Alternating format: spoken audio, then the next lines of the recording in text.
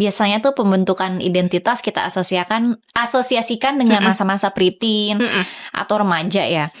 Nah makanya tapi kerap kali kita sebagai orang tua berikhtiar ingin anak dari kecil tuh ya tadi exposure agamanya baik, terus mungkin bahkan sekolah di pesantren atau di sekolah berbasis agama ya. Nah tapi tadi ya ada kejadian-kejadian ketika liburan nggak terlanjut gitu ya, atau ketika udah lulus nggak terinternalisasi. Nah ini gimana ya Mbak supaya ini biasanya tuh pothole-nya yang kita nggak sadari di mana, dan sebenarnya apa yang harus didukung gitu, kayak integrasi di rumah atau kayak gimana sih Mbak? Mungkin mulai dari pothole-nya tuh biasanya karena apa yang kita beda-beda sih ya. Kalau yang aku observe bisa jadi karena memang nggak konsisten penerapan di rumah dan di sekolah di saat value-nya belum ajak. Misalnya mungkin di usia SD atau remaja awal gitu, dia taunya di rumah tuh kayak gitu, dia nggak pernah ketemu sama maksudnya lingkungannya tuh sangat homogen gitu.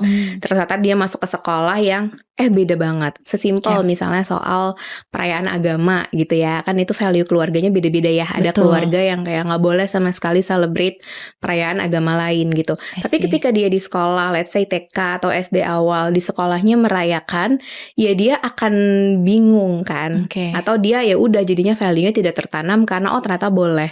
Terutama ketika nggak didiskusikan di rumah perbedaan value tersebut. Jadi dia nggak ada yang ngejahit gitu benangnya gitu kan. Kalau dibicarakan mungkin nggak apa-apa. Atau tadi teman-teman yang tinggal di luar juga mungkin kayak gitu kan sering ya, udah diajarin di rumah tapi karena hidup sebagai minoritas beda banget soal LGBT apapun, udah banyak banget case-nya. Tapi di rumah nggak diomongin, nggak disatuin lagi value-nya.